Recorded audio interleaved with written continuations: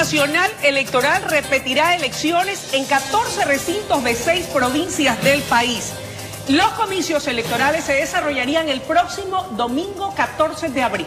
Para el análisis político de este y otros temas, nos acompaña el abogado Marcos Miranda, analista político y columnista de Diario El Universo. Qué gusto que nos acompañe. Buenos días y bienvenido. Buenos días, muchas gracias por la invitación.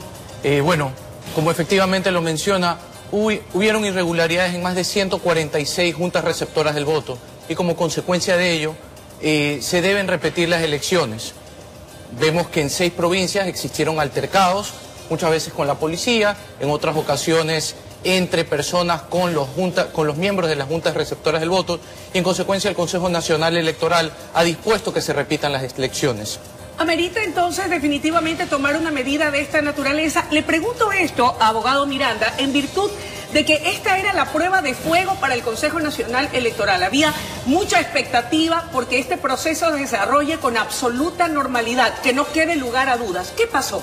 Bueno, definitivamente el Consejo Nacional Electoral, así como lo mencionó en su momento el vicepresidente Enrique Pita, tuvo varias irregularidades a lo largo del proceso. Como sabemos, existió primero fallos en la página de internet y luego de eso lo que fue de conocimiento público. Todos vimos los fallos, los altercados que existieron, y es lo que debe ocurrir, porque estas aquí son conductas que están sancionadas tanto por el Código de la Democracia como por el Código Orgánico Integral Penal, mediante el fraude electoral, mediante la alteración de actas que definitivamente conllevan a la nulidad de las elecciones. Ahora, abogado Miranda, usted ha tocado un punto que me parece esencial, el tema del Código de la Democracia.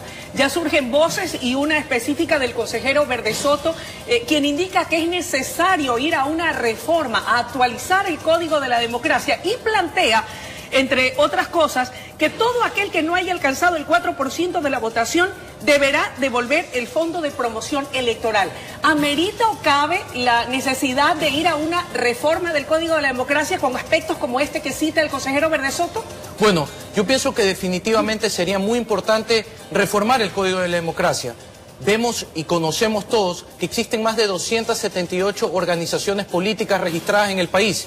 Si redondeamos el número de ecuatorianos a 16 millones de ecuatorianos, estamos hablando que hay una organización política cada 57.000 habitantes. ¿Y eso es bueno o malo? Bueno, al menos desde mi punto de vista, creo que es negativo por la diversificación de recursos que existen. La reforma al Código Orgánico de la Democracia definitivamente es posible, pero tenemos que tener muy claro que no puede ser retroactivo. No se le puede decir a las organizaciones sociales y políticas actuales que participaron en las elecciones del 24 de marzo, devuelvan el dinero. Lo que sí se puede hacer es que a futuro, definitivamente, la asignación de recursos públicos esté determinada en la ley y que se cumplan ciertos parámetros, como lo proponen, que en el caso de que no llegue a un determinado porcentaje de electores, se tendrían que devolver los recursos. Eso en ese punto, pero una reforma implica mucho más allá de aquello.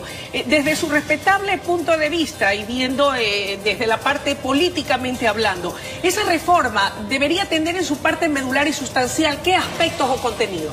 Bueno, principalmente yo pienso que la garantía de los ciudadanos de participar ya es explícita desde la Constitución de la República.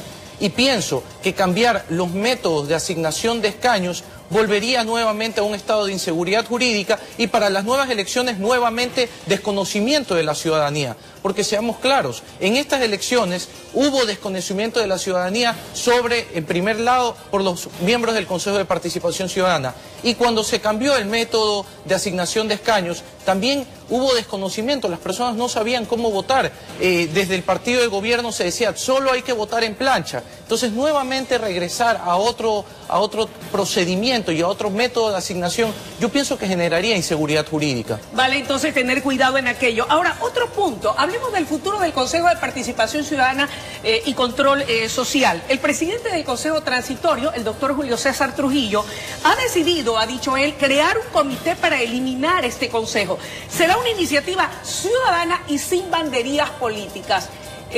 ¿Cabe la necesidad de eliminar, de hacer desaparecer al Consejo de Participación Ciudadana que fue escogido en las urnas?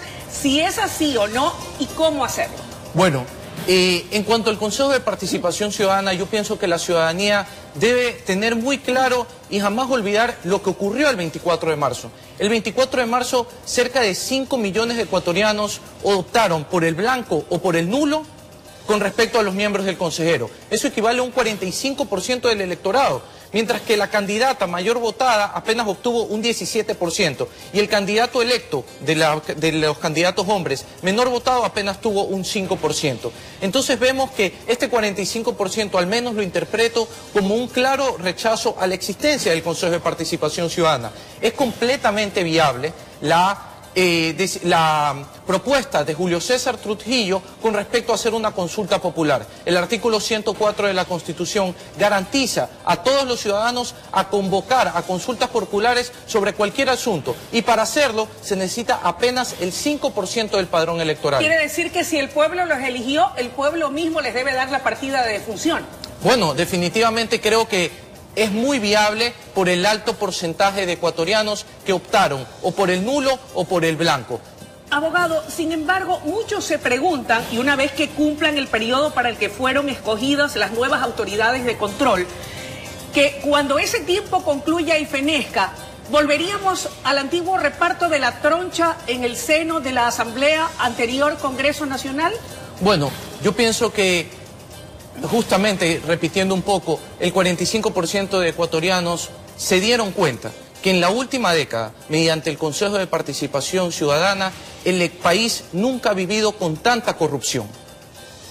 Dicho esto, tenemos que recordar que en la última década no existió fiscalización, no existieron controles reales a las autoridades de control, valga la redundancia, y como consecuencia el gobierno de turno estuvo un blindaje institucional que lo permitió hacer lo que quiera. Ahora vemos las consecuencias de esto, la cantidad de casos de corrupción. Recientemente se informaba de un nuevo caso de corrupción con respecto a la construcción y a los sobreprecios en hospitales. ¿Cómo garantizar entonces que la futura elección de autoridades de control desde la Asamblea no vaya revestida de los mismos vicios de este Consejo que hoy estamos deplorando? Bueno, con respecto a los vicios, es decir, escoger a los amigos del presidente, es definitivamente difícil, pero siempre que exista procedimientos públicos, transparentes, en los cuales se pueda verificar realmente los méritos y las oposiciones, y no existan estos candidatos que obtienen 100 en la mayoría de las calificaciones, creo que es muy probable. Y además de eso, muy importante, que como la Asamblea reúne a la pluralidad política del país, se podrán ejercer los respectivos controles a las autoridades que en algún momento se levanta alguna sospecha en su accionar. Sobre todo porque los asambleístas también son escogidos por elección popular. A propósito de la corrupción a la que usted hace referencia, la nueva fiscal asume hoy la fiscalía a la que busca reestructurar. Está en marcha, ha dicho ella, una evaluación a agentes fiscales de todo el país. Hay más de 3.700 servidores en esa institución.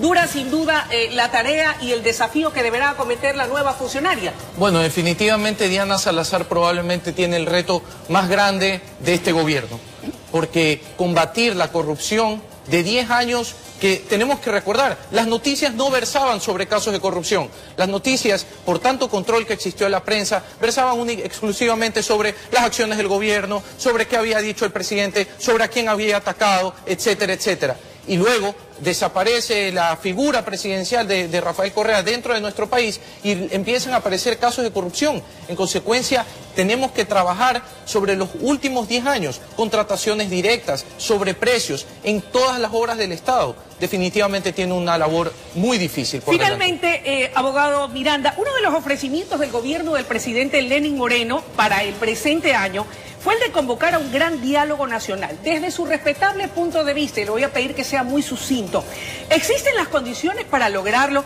¿Cuánto hemos avanzado en este sentido o nos estamos acaso desviando del camino? Yo pienso que el Ecuador está viviendo una etapa en la cual nos estamos dando cuenta lo nefasto y las consecuencias terribles que trae la corrupción. El diálogo nacional se ve interrumpido cada semana por nuevos casos de corrupción. La iniciativa presidencial definitivamente fue buena. Se avanzan en temas económicos, sociales, jurídicos, pero luego se regresa. estamos avanzando y sale un nuevo caso y eso detiene al gobierno que tiene que hacer frente a la coyuntura del momento, a las críticas que reciben en ese momento. Entonces es un trabajo de que va y viene, porque lamentablemente los casos de corrupción atrasan bastante el desarrollo del diálogo nacional. Es deber entonces de todos tratar de avanzar a pesar de este tipo de situaciones u obstáculos. Definitivamente, lo más importante y por qué con tanto gusto acepto la invitación que me hace el medio, es justamente para ser una vez más, para compartir con los ciudadanos mi opinión y que recordemos y que no olvidemos lo que estamos viviendo. Que sepamos escoger en las urnas a los candidatos que representen partidos y que representen planes de gobierno que sean claros, que no estén tergiversados y que no tengan información incorrecta o incompleta, sino que sepamos escoger hacia el futuro buenos candidatos, buenos planes y que realmente nuestro país crezca en principios y valores para luchar con la corrupción. Le agradezco muchísimo su presencia. El tiempo de la entrevista ha concluido. Muchísimas gracias. Muchas gracias, muy amable.